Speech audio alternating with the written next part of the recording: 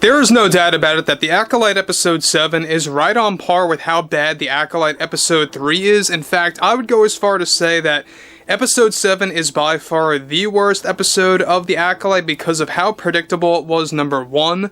And number two is the writing, the storytelling, the directing in this thing, and the overall execution is just a dumpster fire by those like Leslye Headland and Kathleen Kennedy who really viewed this as something that would top the prequel trilogy movies. This is Mike Zero. Subscribe if you're new and like this video to see future updates. You can also follow me at Mike01. I thank you also very much for the great and kind support.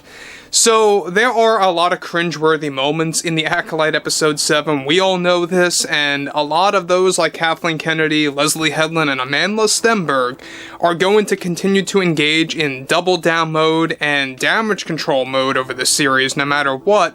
They will never admit failure, they will never admit the viewership, by the way, that declined by 75% per the Nielsen ratings. I don't know if you guys caught that, we'll talk more about that later on in the next couple of days. There's going to be a very big progression when it comes to the Nielsen ratings with each and every episode week after week.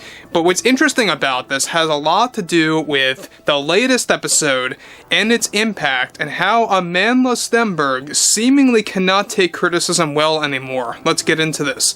Now specifically, of course, we already know that the Acolyte, particularly with this episode, one of the most cringeworthy moments, by the way, I don't know if you guys caught it, but in the end credits, we literally have R&B/pop music now in Star Wars, something that you would have never expected to see in an actual Star Wars episode per The Acolyte.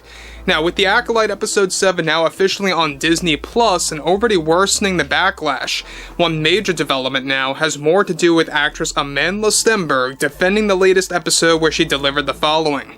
I may not be in the next episode, but my characters damn well are, and they really steal the show with this one. There are many things in here that I think are going to upset delicate fans that are overly connected to George Lucas's vision and what they think Star Wars is all about. We are redefining many things in both 7 and 8, and you will see how we change the Force, the Jedi, and the concept of good and evil in 7. The critics and everyone that has a problem with the direction of the show are acting just like children. Everyone needs to realize that this is a show for kids, and Leslye and Kathy really felt it was important to set the stage for something groundbreaking that would change the concept of what it means to be good or evil. I have noticed so many critics labeling this series as something that focuses on diversity, equity, and inclusion, as if that's a terrible thing. Any fans that have an issue with that, and that concept is simply not a Star Wars fan. Kathy and Leslye felt that was their priority to really adapt to a wider audience. I stand by Leslie's viewpoint that there is no agenda here with The Acolyte. There is no message that we are trying to throw at fans. That is nothing but fantasy to toxic fans that are trying to force their narrative to those that are just trying to enjoy great entertainment that really change the meaning of Star Wars.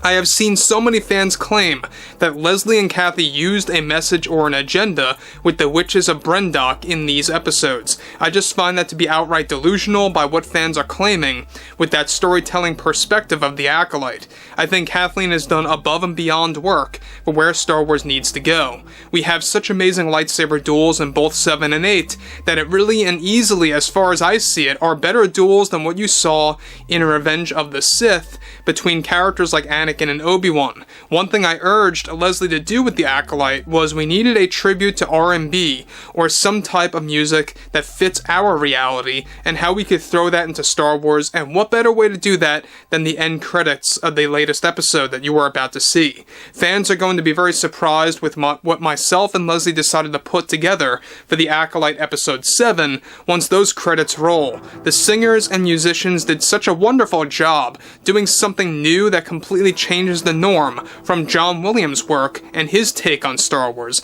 and I think this was much needed for years and was long overdue. Guys, let me just stop here before I move on about what Amandla is just going off about here and attacking the fans yet again for not agreeing with the way things are going with The Acolyte. Now, I would definitely say that the most cringeworthy moment in the Acolyte episode 7 is not just the storytelling, not just the acting and the directing and the canon-breaking moments in this particular installment, but the end credits really top the list here, because now they're inserting R&B music / pop music, whatever you want to call it, thrown into the credits. It is so cringe if you look at the actual lyrics, if you actually look at the lyrics in this actual episode, and it just goes to show you that they are really on a mission.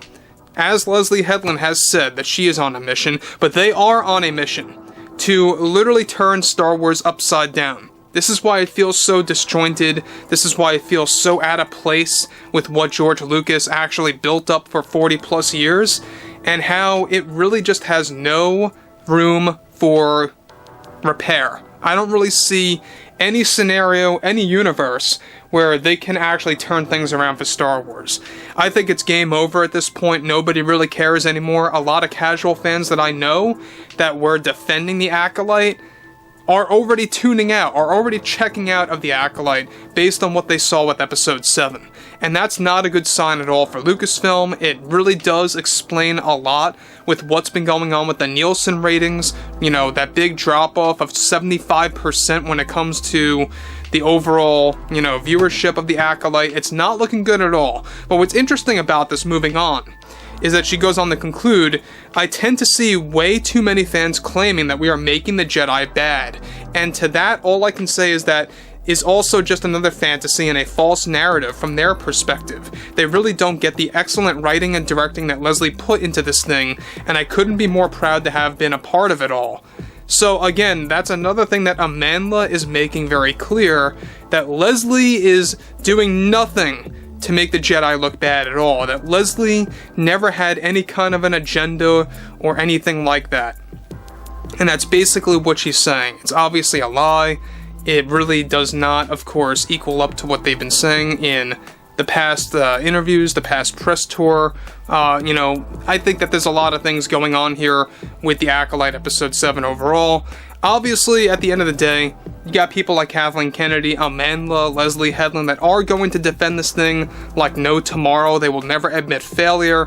And there is an obvious agenda here. They place diversity, equity, and inclusion, and basically using that over proper storytelling. That's why the storytelling lacks. But it's not just that. I think that, quite frankly, Leslye Headland is just a very bad choice for Star Wars. End of story. Period. The end, right then and there. We know that she was Harvey Weinstein's former personal assistant. This is something that needs to be said over and over again. Everyone needs to know about that because, well, it is something that needs to be said and known to literally every fan out there that tunes into this thing. So, Amandla Stenberg, yes, she may have not been in this episode, but she is defending 7 and 8 at all costs. Now, we know that 8 is the grand finale. I think it's going to be a very bad installment for Star Wars. We'll have to wait and see. But overall, guys, drop a comment below. Fill me in below in the comments what you all have to say about this. And if you guys did enjoy the content for today, make sure to drop a thumbs up on this video to support the channel. And I will catch you guys later.